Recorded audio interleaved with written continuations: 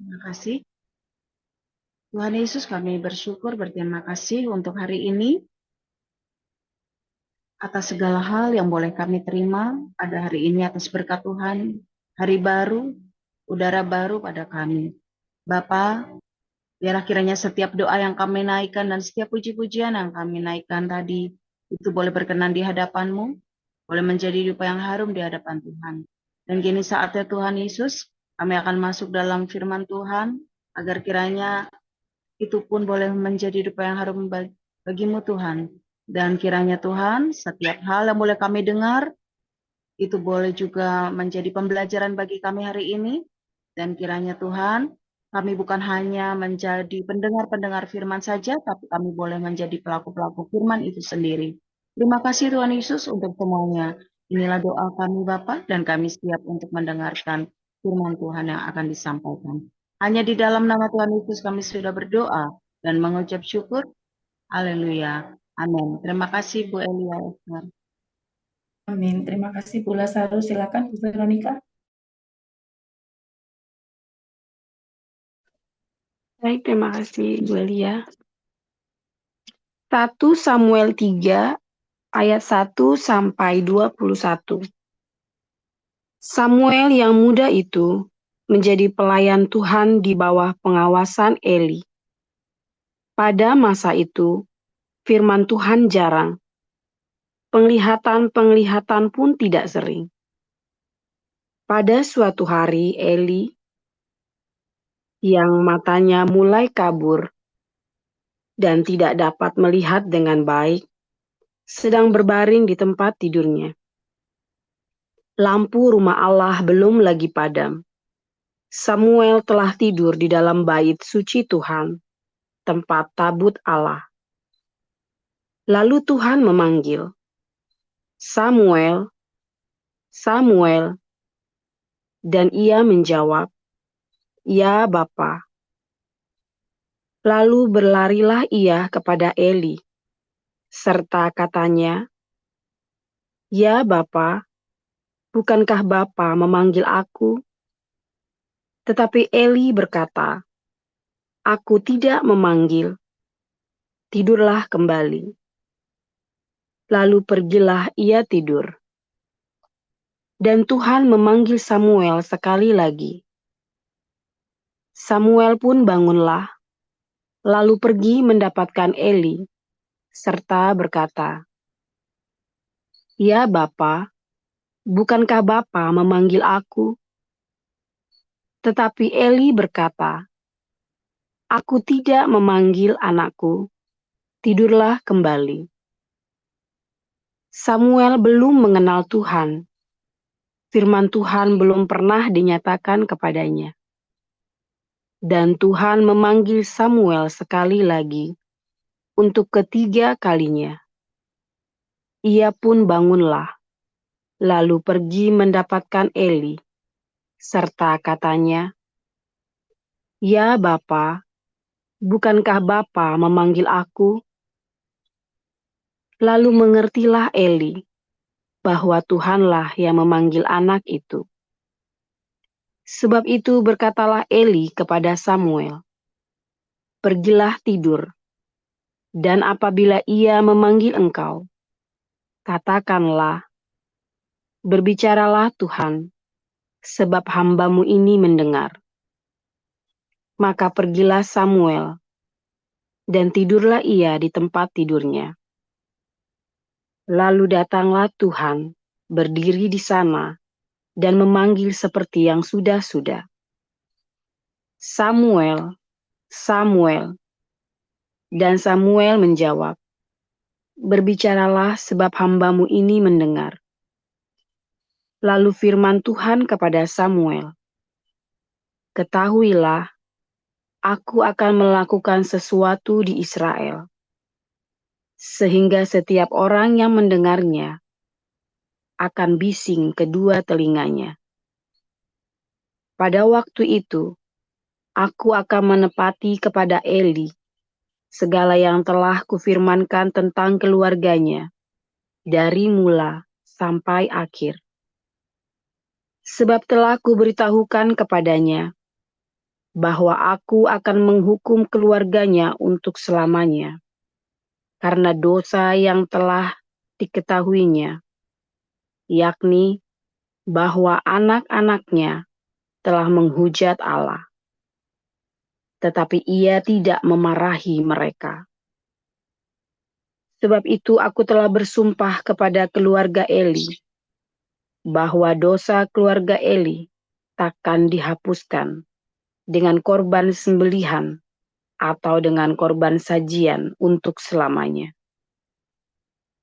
Samuel tidur sampai pagi, kemudian dibukanya pintu rumah Tuhan. Samuel segan memberitahukan penglihatan itu kepada Eli. Tetapi Eli memanggil Samuel, katanya, "Samuel, anakku." Jawab Samuel, "Ya, Bapa." Kata Eli, "Apakah yang disampaikannya kepadamu? Janganlah kau sembunyikan kepadaku. Kiranya beginilah Allah menghukum engkau, bahkan lebih lagi daripada itu, jika engkau menyembunyikan sepatah kata pun kepadaku dari apa yang disampaikannya kepadamu itu." Lalu Samuel memberitahukan semuanya itu kepadanya, dengan tidak menyembunyikan sesuatu pun. Kemudian Eli berkata, "Dia Tuhan, biarlah diperbuatnya apa yang dipandangnya baik." Dan Samuel makin besar, dan Tuhan menyertai dia, dan tidak ada satupun dari firman-Nya itu yang dibiarkannya gugur. Maka tahulah seluruh Israel, dari dan sampai Barsyeba, bahwa kepada Samuel telah dipercayakan jabatan Nabi Tuhan. Dan Tuhan selanjutnya menampakkan diri di Silo, sebab ia menyatakan diri di Silo kepada Samuel dengan perantaraan firman-Nya.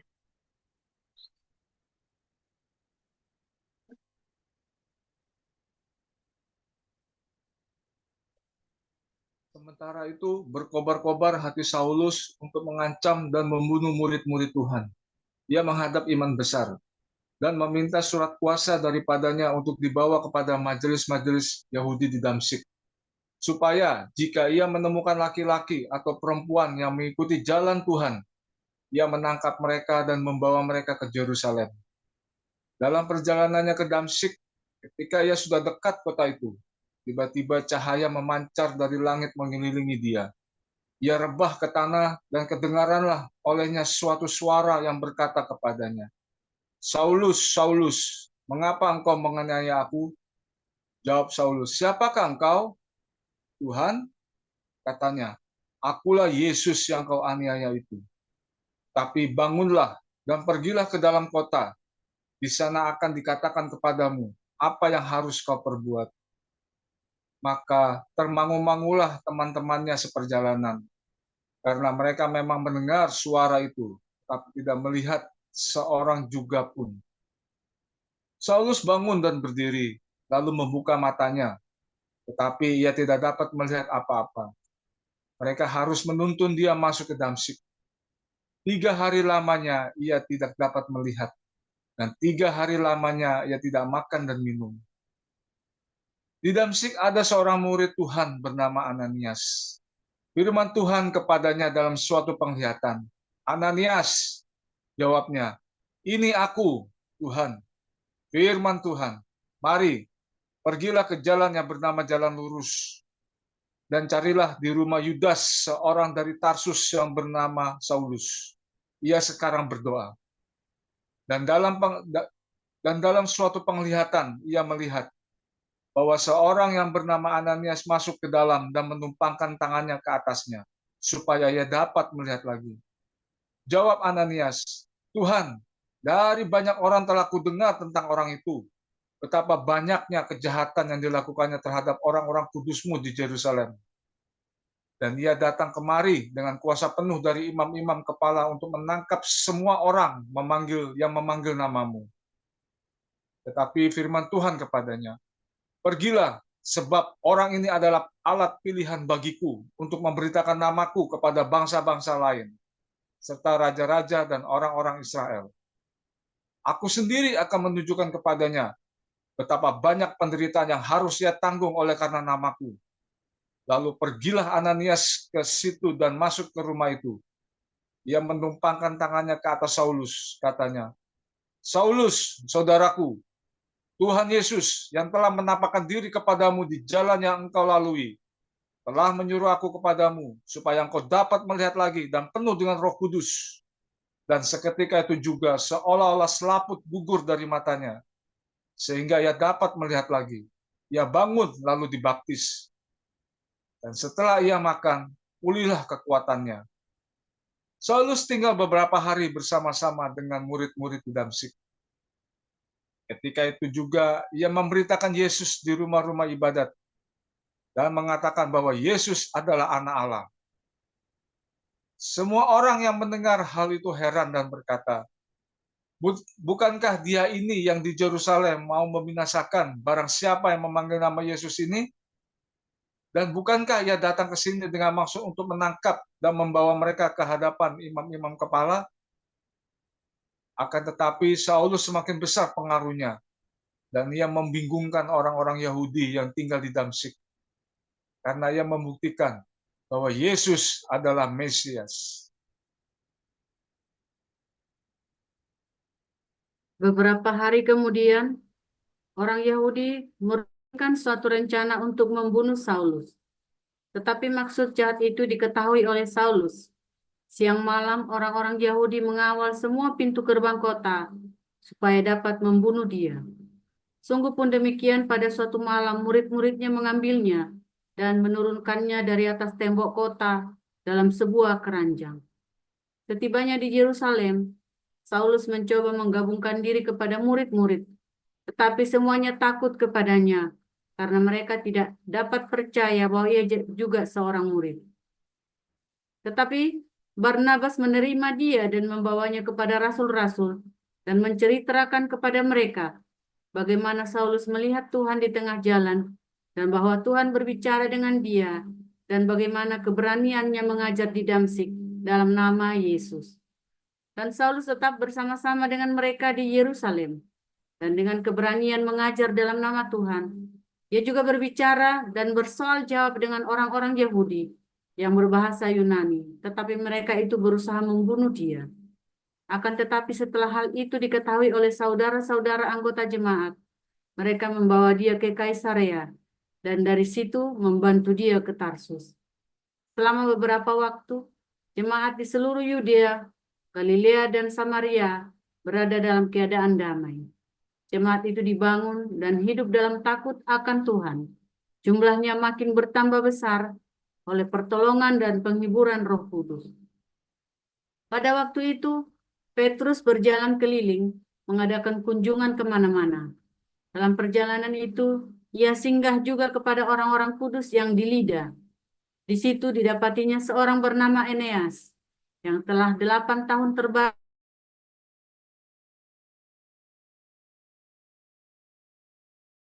Kristus menyembuhkan engkau. Bangunlah dan bereskanlah tempat tidurmu. Seketika itu juga bangunlah orang itu. Semua penduduk Lida dan Saron melihat dia, lalu mereka berbalik kepada Tuhan. Di Yope ada seorang murid perempuan bernama Tabita, dalam bahasa Yunani Dorcas. Perempuan itu banyak sekali berbuat baik dan memberi sedekah. Tetapi pada waktu itu,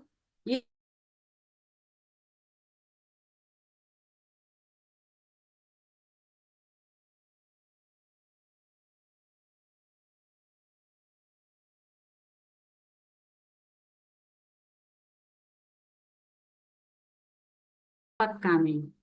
Maka berkemaslah Petrus dan berangkat bersama-sama dengan mereka. Setelah sampai di sana, ia dibawa ke ruang atas dan semua janda datang berdiri dekatnya sambil menangis. Mereka menunjukkan kepadanya semua baju dan pakaian yang dibuat Dorcas waktu ia masih hidup. Tetapi Petrus menyuruh mereka semua keluar. Lalu ia berlutut dan berdoa, Kemudian ia berpaling ke mayat itu dan berkata, Tabita, bangkitlah. Lalu Tabita membuka matanya, dan ketika melihat Petrus, ia bangun lalu duduk. Petrus memegang tangannya dan membantu dia berdiri. Kemudian ia memanggil orang-orang kudus beserta janda-janda, lalu menunjukkan kepada mereka bahwa perempuan itu hidup. Peristiwa itu tersiar di seluruh Yope, dan banyak orang menjadi percaya kepada Tuhan. Kemudian daripada itu, Petrus tinggal beberapa hari di Yope, di rumah seorang yang bernama Simon, seorang penyamat kulit. Demikian. Iya, terima kasih untuk para lektor yang sudah membacakan ayat Alkitab hari ini. Untuk Bu Veronica, Pak Ali Mulyo, dan Bu Ros, saya ucapkan terima kasih. Haleluya, luar biasa firman Tuhan. Selalu baru setiap hari ketika kita menantikan Tuhan dengan penuh cinta, dengan penuh pengharapan, saudara ya. Saudara, banyak orang ya hidupnya dia sembarangan ya, saudara ya.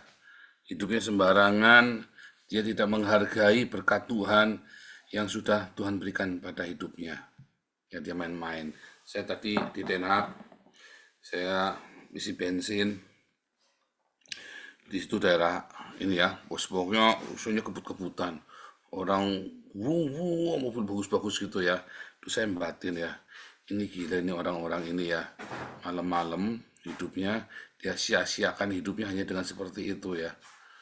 Untuk kesenangannya mereka balapan, itu daerah orang balapan memang itu ya, jalannya kecil balapan itu ya, makanya isinya apa, kamera ya, narkoba lagi, transaksi segala macam, terus sudah gitu mereka nggak bisa lepas. Dan banyak sekali orang-orang ya yang hidupnya masa mudanya itu ya dicukupi semua, tapi akhirnya ya sia-sia hidupnya, saudara ya. Sementara banyak orang-orang yang berusaha hidup ya yang dengan segala keterbatasannya, tapi kemudian ya dia harus berjuang dengan segala keterbatasannya. Ya seakan-akan nggak adil ya dunia ya, Tuhan nggak adil. Oh adil saudara ya, Tuhan adil sekali ya, Tuhan adil sekali, dan Tuhan begitu penuh dengan cinta. Yang jadi masalah adalah apakah kita menghargai ya, apakah kita menghargai anugerah dari Tuhan itu, saudara. Saudara, waktu saya kecil ya, SD ya, kita SD, saya tuh congekan ya.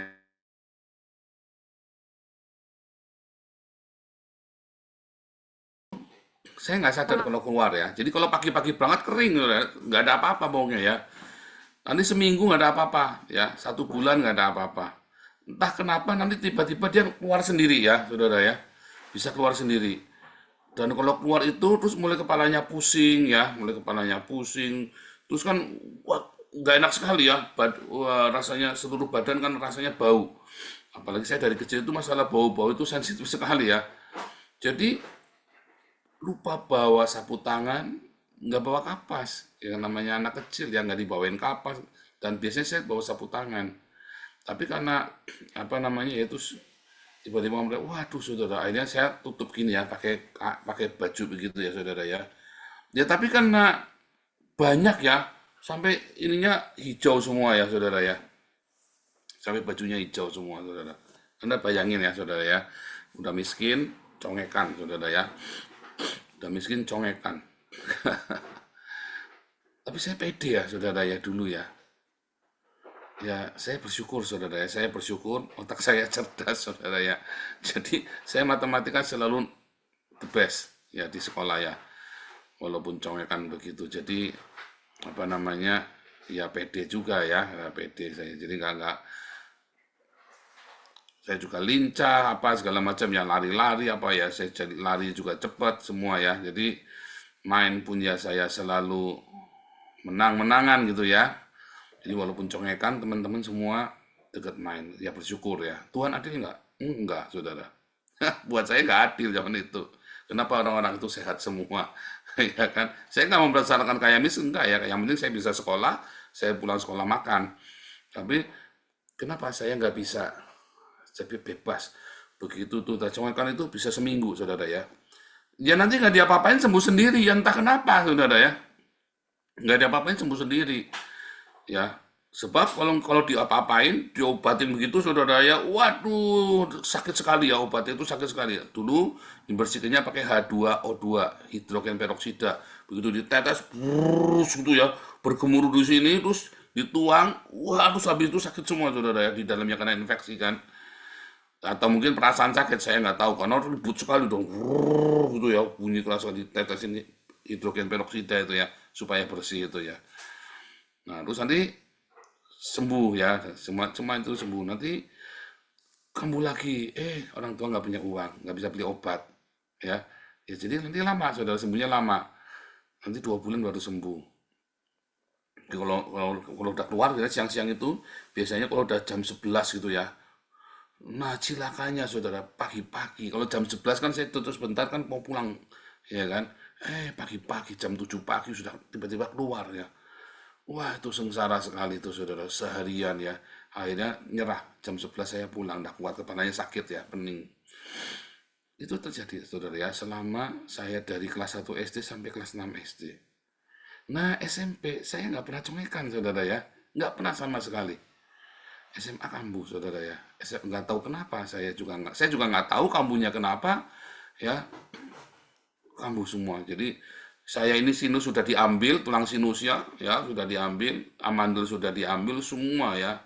Wah, tapi tetap, saudara, di dalam semua keterbatasan saya itu, saudara ya, saya sering bertanya sama Tuhan, dulu sampai saya berdoa sama Tuhan ya, Tuhan sembuhkan dalam nama Yesus.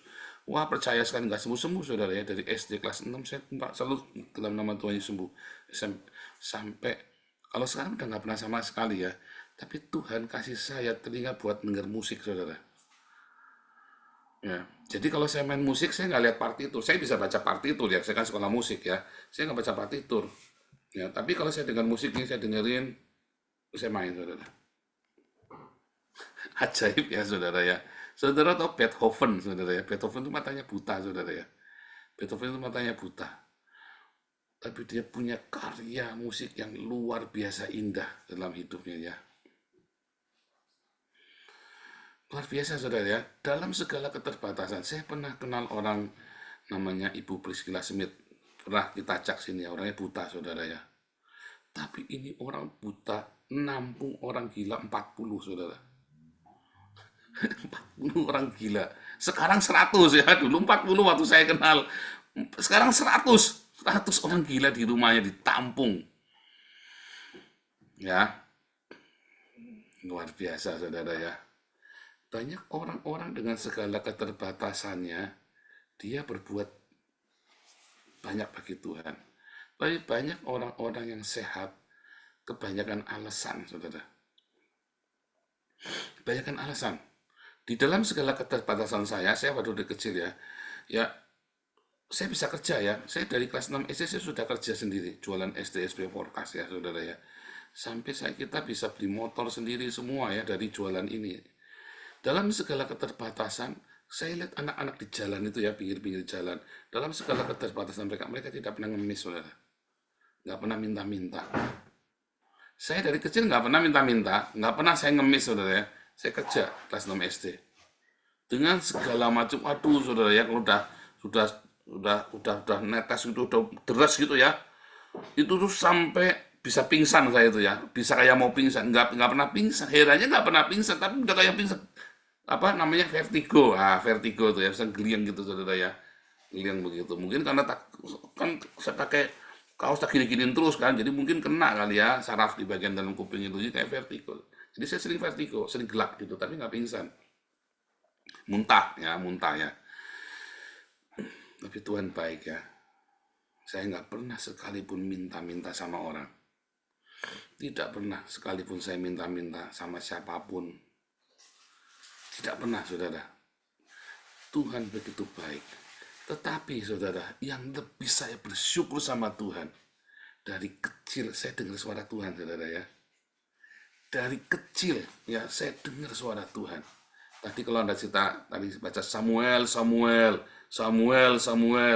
Saya tuh dari kecil dengar suara Tuhan manggil saya, saudara ya.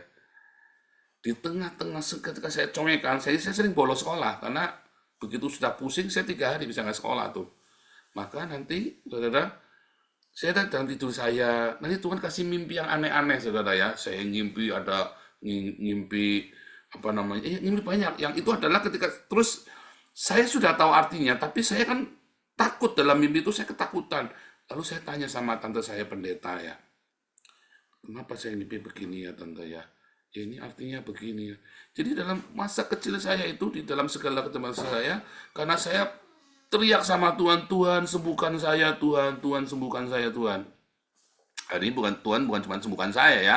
Saya bisa dengar, saya bisa mendengar hearing musik ya, lebih dari banyak orang ya. Jadi saya kalau dengar musik, aransemen kayak apa macam, saya cuma dengarkan sekali, enggak ini bukan cara mainnya ya. Anak saya bisa baca partitur segala macam ya.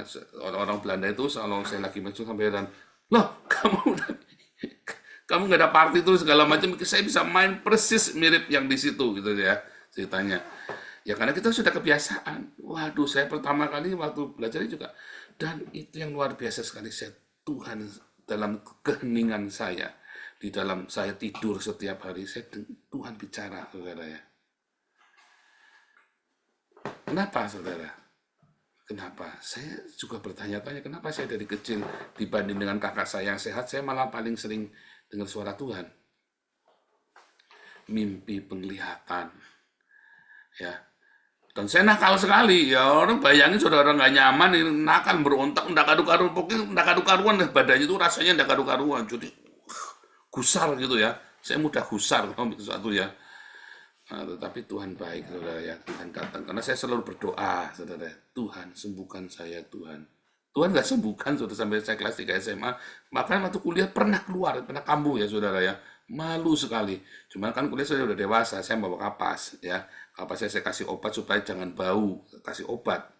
Jadi baunya bawa obat itu, saya tempelkan di kuping ya. Jadi nggak, udah selesai.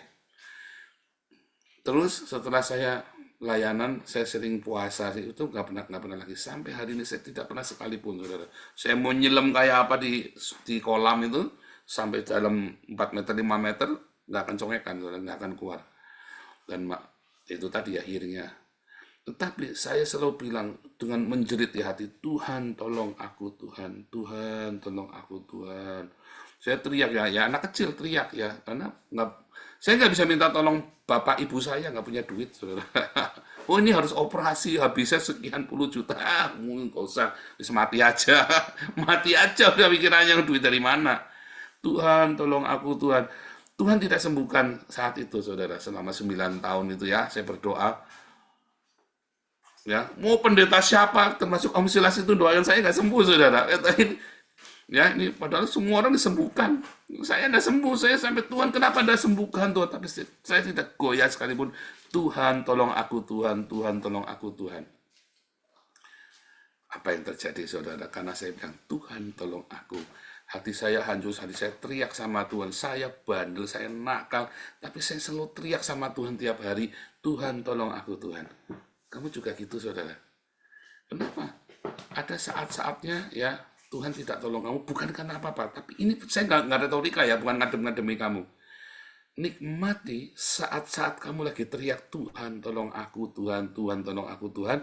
Tuhan seakan tidak menolong, tapi Tuhan sungguh ada di situ, saudara. Tanpa saya sadar, saya nggak ngerti, Tuhan tidak tolong saya. Tetapi saya karena di dalam segala kegusaran itu, saya main musik, saudara. Seakan-akan saya ini orang cacat, kupingnya cacat, tapi main musik. Begitu saya sembuh, saya main musik lebih bagus, saudara.